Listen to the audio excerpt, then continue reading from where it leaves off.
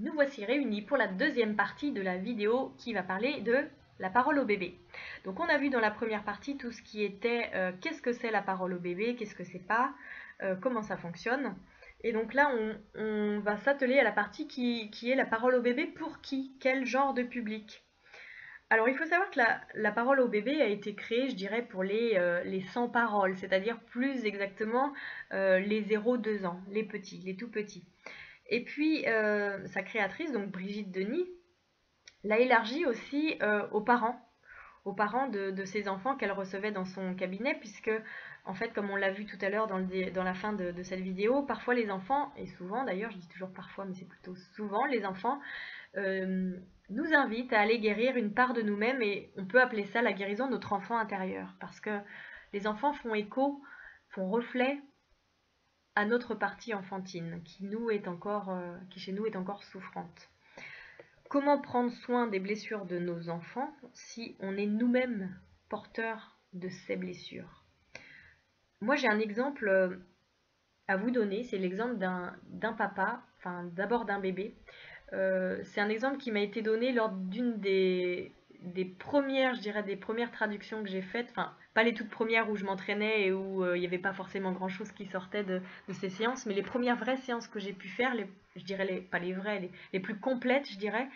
Et du coup, ça m'a vraiment donné toute l'ampleur de ce qu'on peut aller chercher en parole au bébé. Donc je vais vous le partager, c'était un petit bébé qui venait parce qu'en fait, il pleurait la nuit, comme beaucoup de bébés, mais avec un pleur qui était assez spécifique, selon le papa. La maman, elle en avait juste ras-le-bol de se lever la nuit, parce que c'était toujours elle qui se levait, son mari ne se levait jamais, et il disait « je ne peux pas ». Et en parlant avec le monsieur, en effet, il voulait pas trop en dire, mais il disait « c'est comme s'il y avait physiquement quelque chose qui m'empêchait ». La maman elle disait « mais oui, c'est ça, ce qui t'empêche physiquement, c'est que tu es un gros flemmard ». Ça commençait un peu à mettre de l'eau dans le gaz entre eux, et en attendant, le bébé il pleurait toutes les nuits, et c'était presque toujours à la même heure. Alors ça, on n'a pas élucidé le mystère de l'heure, mais en tout cas, c'est vrai que ça avait attiré leur attention, autant au papa pour le pleur qui était un peu différent, que la maman, le fait que ce soit toujours à la même heure. Avec la séance, on a pu mettre en mots qu'il y avait une très grosse tristesse chez ce bébé-là, et une grosse culpabilité. En fait, on a pu, et ça s'est pas fait en une seule séance, hein, il y avait 3 séances, je crois. On a pu mettre en mots que ce petit-là, il avait une très grosse tristesse et une grosse culpabilité parce qu'en fait, il avait perdu un frère jumeau dans le ventre de sa maman. Alors ces histoires de jumeaux, ce sont des histoires qui sont très récurrentes et dont on n'a très souvent pas la preuve. Là, on a eu de la chance, c'est que cette maman-là et ce papa-là étaient au courant qu'il y avait un jumeau. Pourquoi? Parce que la maman avait fait une fausse couche précédemment, et donc pour s'assurer que cette fois-ci elle était bien enceinte et que ce n'était pas quelques cellules qui restaient de la fausse couche précédente qui donnaient un test positif, un test de grossesse positif, elle avait eu une échographie précoce. Et précoce qui fait qu'on avait pu voir qu'il y avait 2 petits bébés en train de se former.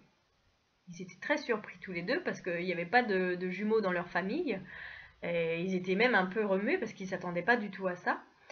Et il y a eu une autre échographie prévue 15 jours ou 3 semaines après, je ne sais plus trop, pour vérifier que tout allait bien, parce qu'il y avait aussi des petits décollements. C'est-à-dire que les bébés n'étaient pas encore bien accrochés. Alors l'échographie disait, oui mais c'est normal à cet âge-là, si on faisait des échographies précoces, on verrait souvent que les bébés ne sont pas encore bien accrochés dans l'utérus. Mais quand même, pour plus de sécurité, puis comme ils étaient 2, on va refaire une échographie quelques semaines après pour voir ce que ça donne. Et lors de la seconde échographie, alors qu'il n'y avait eu aucun signe qui aurait pu le laisser paraître, un des 2 bébés n'était plus là. Un des 2, je dis bébé, on ne devrait pas, mais bon, un des 2 bébés en préparation n'était plus là. Il était décédé. Et la maman n'avait pas eu de saignement ou de douleur. Elle avait juste eu des coups de blues, des choses où elle n'était pas bien, mais elle n'avait rien eu de signe clinique, je dirais. Donc en fait, elle a été encore une fois remuée que ça arrive. Et puis, finalement, ils étaient quelque part un peu contents qu'il n'y en ait qu'un à rester parce que ça leur avait un peu fait peur d'accueillir 2 enfants, à savoir qu'ils avaient déjà 2 enfants précédemment. Et puis surtout, ils n'avaient pas du tout pensé à en parler à leur bébé, puisque leur bébé, quand il venait me voir là dans mon bureau, il avait 3 ou 4 mois. Donc ils ne se sont pas dit on va lui parler de son jumeau, il ne sait même pas qu'il était là. Enfin, il était tout petit, il avait 3 semaines dans le ventre, donc il ressemblait même pas encore à un bébé. C'était comme une petite framboise là, toute boursouflée de quelques millimètres. Donc ils n'avaient absolument pas du tout pensé à lui en parler. Et là, dans mon bureau, le petit bébé était en train de nous dire tout ça, de nous dire tout son chagrin d'être seul, d'avoir perdu son petit jumeau, et sa culpabilité. Et là, ce sont les mots qu'on a pu traduire qui ont été importants. Autant pour le petit, pour se rapprocher au plus juste de ce qui se passait pour lui, que pour le papa, vous allez le voir. Au début, c'était quand on essayait de former la phrase, est-ce que c'est je suis triste et coupable d'avoir perdu mon jumeau? Alors c'était oui, mais ça peut être mieux dit. C'était toujours ça peut être mieux dit. Et on a trouvé des termes, je ne sais plus lesquels exactement, mais en gros c'était quelque chose du genre je suis coupable de la mort de mon frère. Et donc quand on a mis ça en mots, bah, déjà il y a eu une grosse émotion de la part du petit qui s'est exprimée, mais il y a papa qui a blanchi d'un coup et qui ne pouvait plus parler. Il a juste pu nous dire ça parle de moi. Et en effet, je me suis dit, tiens, j'ai oublié de poser la question. J'étais au tout début de mon expérience, comme je vous le disais, professionnelle. Donc j'oubliais parfois des petites choses. Et j'ai dit, bah, tiens, je vais demander si c'est une émotion et si c'est quelque chose qui est exclusif au bébé ou si c'est partagé. Parce que des fois, c'est partagé avec un des membres de la famille. Et en effet, on a vu que c'était partagé grâce au test musculaire et que c'était même partagé avec papa. Et de toute façon, ça faisait pas de doute puisque papa était devenu livide. Et du coup, on a pu, une fois que l'émotion est passée, maman elle comprenait pas parce qu'elle se disait mais qu'est-ce qui se passe, pourquoi il dit ça, il dit que ça parle de lui, il avait pas de frère jumeau, enfin j'en sais rien. Et en fait, papa nous a dit que ça lui a vraiment fait remonter un souvenir, c'est que lui quand il était adolescent, il avait pris la voiture, il n'avait pas son permis, il avait pris la voiture avec son frère, qui avait quelques années de moins que lui, pour sortir. Ils ont eu un accident et son frère est décédé dans l'accident. Et lui, il a eu une très très grosse culpabilité depuis ce jour-là qu'il n'a pas pu exprimer. Personne ne lui a proposé à l'époque d'aller voir un psychologue ou quoi que ce soit. Il est juste resté avec son immense tristesse et son immense culpabilité. Qui disait que d'ailleurs aujourd'hui, quand il y a repensé, parce que sur le coup il n'arrivait pas à parler, mais après coup il nous a donné plein d'infos, et ben il nous a dit que voilà, en effet il ne pouvait pas se retrouver tout seul avec lui-même, parce que sinon ça venait le hanter, c'était trop dur. Et il ne le savait pas, c'était inconscient, c'est-à-dire que c'était quelqu'un qui allait se perdre dans le travail, dans les activités, il avait toujours plein de choses à faire, et le soir, quand enfin c'était le moment d'aller se coucher, toujours il retardait le moment d'aller se coucher, parce qu'il ne pouvait pas se retrouver, comme il disait, seul avec lui-même. Donc il s'endormait avec la musique ou avec la télé, c'était pas possible autrement. Et en fait, quand il entendait son fils pleurer, la nuit, à ce moment-là, et que justement c'est ça que son fils essayait de faire passer à ce moment-là, parce qu'il y avait d'autres pleurs dans la journée qui étaient un pleur de je suis fatiguée ou j'ai faim ou quoi que ce soit, mais ce pleur-là qui était je me réveille la nuit et bon sang, qu'est-ce que ça fait mal à l'intérieur parce que je pense que je suis coupable de la mort de mon frère, ça faisait un écho très particulier avec le papa qui se réveillait d'un bond mais qui ne pouvait pas bouger. Il disait c'est comme si j'étais figée, glacée, je ne pouvais pas me lever, c'était physiquement impossible. Et ben là, la maman, elle a commencé à comprendre. Elle s'est dit, ah oui, c'est pas juste qu'il est feignant et qu'il me trouve une excuse bidon pour pas se lever, c'est vraiment que ça fait quelque chose, quoi. Il se passe quelque chose. C'est très important cet exemple pour illustrer ce que je vous ai dit juste avant, c'est comment prendre soin des blessures de mon enfant si moi-même j'en souffre encore. Parce que là, du coup, en parole au bébé, on a pu mettre ça en mots, ça a soulagé le petit, et on a pu mettre une croyance nourrissante en mots. Une croyance nourrissante qu'il aurait fallu répéter plusieurs fois au petit, parce qu'il ne s'agit pas juste d'en programmer une, entre guillemets, c'est-à-dire qu'il y a un accompagnement après à la maison, où on fait des choses, où on accompagne les pleurs consciemment, en sachant, consciemment ce qui se passe et ce qui se joue pour le petit, mais en plus on peut aussi aller lui répéter une croyance nourrissante, qui va être du genre, bon là je ne sais plus exactement ce que c'était, mais ça peut être du genre, tu vas voir, le temps va faire son travail et ça ira mieux. Et on ne dit pas juste les mots comme ça, parce que c'est pas les mots qui vont toucher le bébé, c'est qui on est, qu'est-ce qu'on met dans ces mots, toute l'empathie qui passe à travers les mots. Et le papa, il aurait pu lui dire ça. Quelle crédibilité il avait, puisque lui, plus de 30 ans plus tard, il était toujours souffrant, de la même façon. Il ne pouvait pas dire, t'inquiète pas, le temps va faire son office. Le petit leur a dit, ah bon, faut attendre 30 ans avant que ça aille mieux. Vous imaginez bien, ou alors il leur dit, attends, tu te fous de moi, c'est un mensonge, là t'es en train de me dire que ça va aller mieux.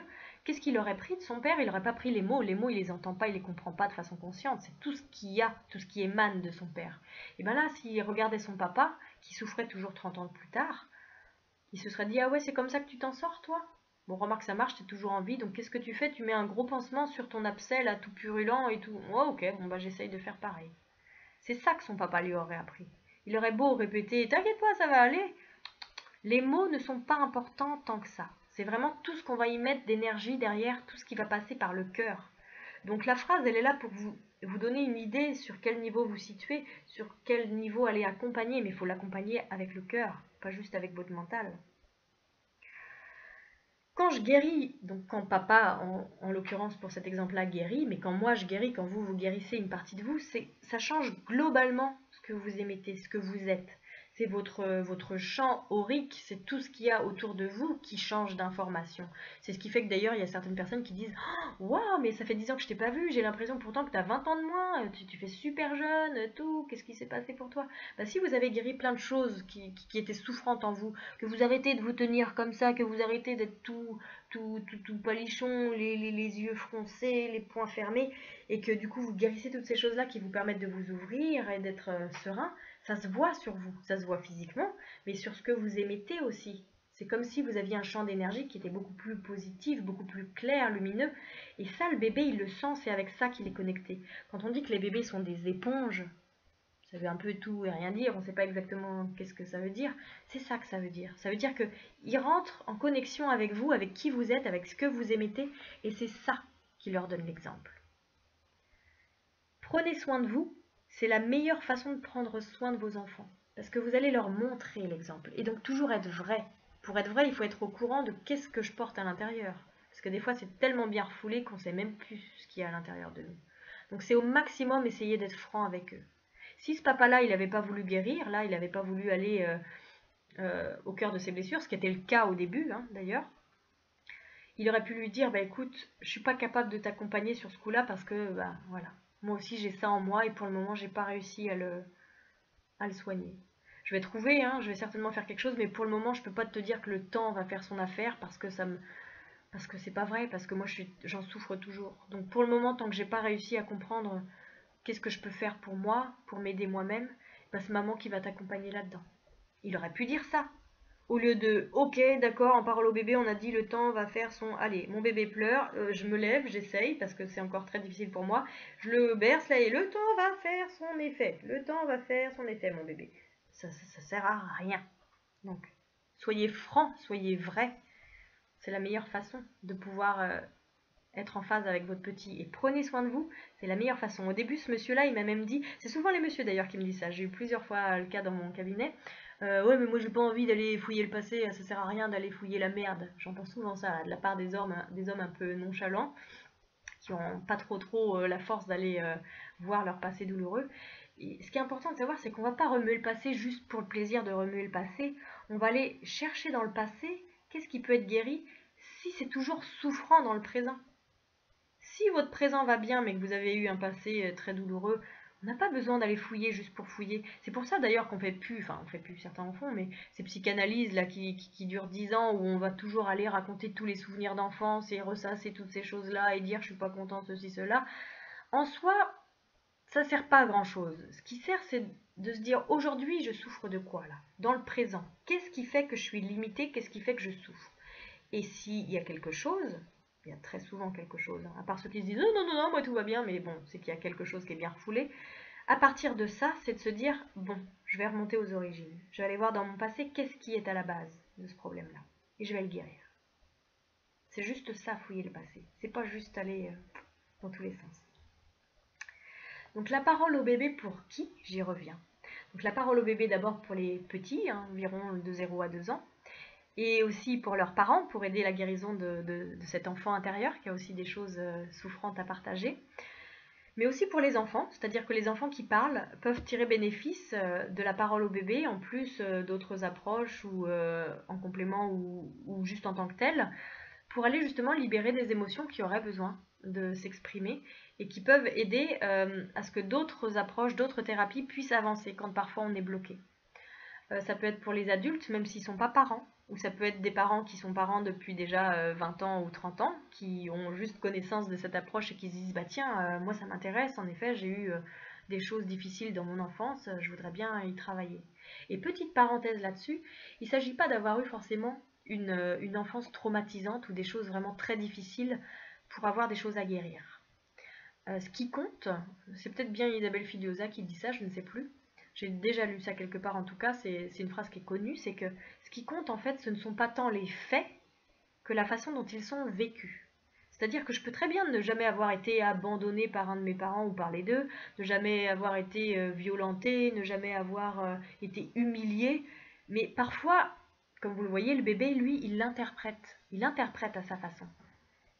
Et c'est la façon dont lui, il vit les choses qui compte. Parce que c'est ça qui crée les croyances et les traumatismes. C'est pas forcément les faits en tant que tels. C'est pour ça que deux enfants peuvent avoir eu le même environnement familial et pas s'en sortir de la même façon. Donc vraiment, je vous invite à ouvrir ce champ de conscience et pas juste se dire « Ah bah non, moi c'est bon, j'ai pas été battue, j'ai pas été ceci, cela, donc ça va bien. » Ça c'est le premier pas quand on se dit « Ouf, c'est bon, c'est pas pour moi d'aller travailler sur mes émotions, ouf, j'ai eu chaud. » Mais ouvrez un petit peu, réfléchissez, voyez sur vous et je pense que peut-être ça peut vous interpeller aussi. Donc pour les adultes, pour les enfants, pour les bébés, et ce qui est important aussi de préciser, c'est que ça peut être pour les bébés in utero, les bébés qui sont encore dans le ventre de maman. Ça me tient à cœur de le préciser parce que des fois quand on dit les bébés, on se dit oui à partir de la naissance quoi. Et pourquoi est-ce qu'on se cantonnerait à la naissance et qu'on n'irait pas voir déjà avant? Parce qu'il y a déjà quelqu'un. C'est pas parce qu'on ne le voit pas qu'il est caché sous le bidon qu'il n'y a personne. Alors là, il y a les gens qui disent « Oh là là là, qu'est-ce qui se passe là? On va me dire qu'il y a quelqu'un déjà. » Alors oui, la conscience, elle arrive quand là-dedans? Bon, voilà. À partir de quand le petit corps là qui est en fabrication dans votre ventre est habité? À partir de quand il y a une conscience, il y a quelqu'un qui arrive là-dedans, qui pose ses bagages et qui est là? Alors là, c'est la question, les gens ils disent bah, « Je sais pas, si je m'étais pas posé la question, je crois que je me serais arrêtée sur la naissance. Hein, c'était à la naissance, il y a quelqu'un. » Oui, mais alors avant, et tous ces gens qui font aussi de l'autonomie là pour communiquer avec le bébé quand il est encore dans le ventre de maman et lui faciliter son arrivée sur Terre. Ouais, c'est vrai, peut-être. Alors il y en a d'autres qui vont dire ah bah oui, mais bon bah quand il ressemble encore à une petite crevette là et tout, je pense pas qu'il y ait grand monde. Mais après, c'est vrai quand il ressemble un peu à bébé là, quand on voit la dernière échographie, même aux 5 mois, ouais, il y a peut-être déjà quelqu'un quand même.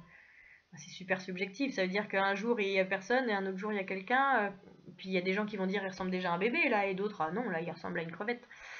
Bon, alors il y a aussi les papas qui sont très pragmatiques enfin, et qui disent, c'est souvent les papas, hein, je ne veux pas faire d'histoire, mais qui me disent non mais c'est le cerveau, la conscience de toute façon c'est le cerveau, donc quand le cerveau est mûr, la conscience arrive. Bah, sauf que le cerveau, il n'est pas mûr avant l'âge de, bon, on dit déjà 10-12 ans en général, et encore à ce moment-là, il n'est pas encore complètement terminé, donc ça veut dire, merci messieurs, que vos enfants n'ont pas de conscience avant cet âge-là. Je pense que c'est un peu réducteur. Puis là, il y a les mamans souvent qui se renchérissent en disant, non, c'est le cœur. Dès que le cœur arrive, il y a quelqu'un qui habite le corps, tout ça. Alors le cœur, c'est pareil, le cœur, il arrive déjà dès le début. Alors évidemment, il ne ressemble pas déjà à un cœur tout formé et tout, mais les cellules du cœur sont là dès le début. C'est-à-dire qu'à peine vous savez même pas que vous êtes enceinte pour la plupart du temps, hein, au bout de quelques jours après la conception, là, il y a déjà un battement de cœur. Si on faisait une échographie, à ce moment-là, on entendrait déjà un battement de cœur. Alors que le petit bébé, entre guillemets, ressemble à une petite framboise, encore une fois, la toute bosselée, qui fait genre 2 ou 3 mm, pas plus. Alors, hein, à quel moment est-ce que je peux commencer à traduire mon bébé? Ben dis donc, ça me pose question tout ça. Ben, on peut vraiment traduire votre bébé dès le début, dès la conception. Et même avant. Mais ce ne sera pas le sujet de la vidéo d'aujourd'hui. Voilà donc pourquoi je vous parle de bébé in utero, parce que toutes les difficultés que peuvent rencontrer les femmes enceintes peuvent être des mots, MAUX, à mettre en mots, MOTS, du futur bébé à arriver. Alors, il y a un lien qui est intéressant de faire, c'est que par le biais du placenta, il y a un échange sanguin entre bébé et maman. Et on sait que les émotions, ce sont des hormones qui circulent dans le flux sanguin. Ce qui veut dire, et c'est souvent le cas, on vous dit essayez de ne pas être trop stressé parce que sinon vous transmettez ça à votre bébé. Bon, déjà, essayez d'être pas trop stressé, ça veut rien dire, mais bon, c'est vrai, les émotions de maman se retrouvent dans bébé par l'échange du placenta. Mais c'est vrai dans l'autre sens, c'est-à-dire que si bébé, lui, il est triste, il a peur ou il a une émotion, échange et maman, elle reçoit. Alors des fois, maman, elle est complètement bouleversée. Bah, d'ailleurs, c'était le cas. Après coup, elle s'est rappelée, la maman, là, de l'exemple du petit bébé qui avait perdu son frère jumeau. Elle a dit j'ai pas perdu de sang, j'ai rien eu. Par contre, c'est vrai que j'étais pas bien. J'avais envie de pleurer tous les matins quand je me réveillais. J'étais pas bien. Il fallait que j'aille faire du sport et tout pour essayer de penser à autre chose. Et en fait, c'était ça. C'était son bébé qui pleurait quelque part, qui avait une émotion. Il pleurait pas comme nous évidemment, mais il avait une émotion et cette émotion passait par le biais du placenta. Cette émotion-là, quand elle est transmise du bébé in utero à la maman, on l'appelle la syntonie. C'est-à-dire, c'est ce lien, cet échange qui se passe de l'un à l'autre grâce au sang. Et cette syntonie-là, elle est à la base du fait que parfois vos maux de grossesse peuvent être simplement vos propres blessures, vous, quand vous étiez en gestation dans le ventre de votre maman, comme on l'a vu tout à l'heure avec la grossesse qui est une ouverture sur l'inconscient, sur le début de notre propre vie.